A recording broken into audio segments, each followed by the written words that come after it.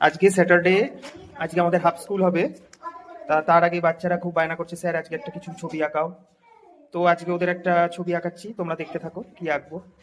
দাও, খাতা দাও, বোর্ড আনতে বলেছি। আজকে তোমাদের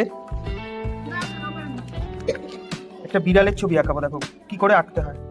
বিড়ালের ছবিটা 61 দিয়ে একটা বিড়ালের ছবি আঁকবো। দেখো এটা 6, এটা 1, কি হলো 61।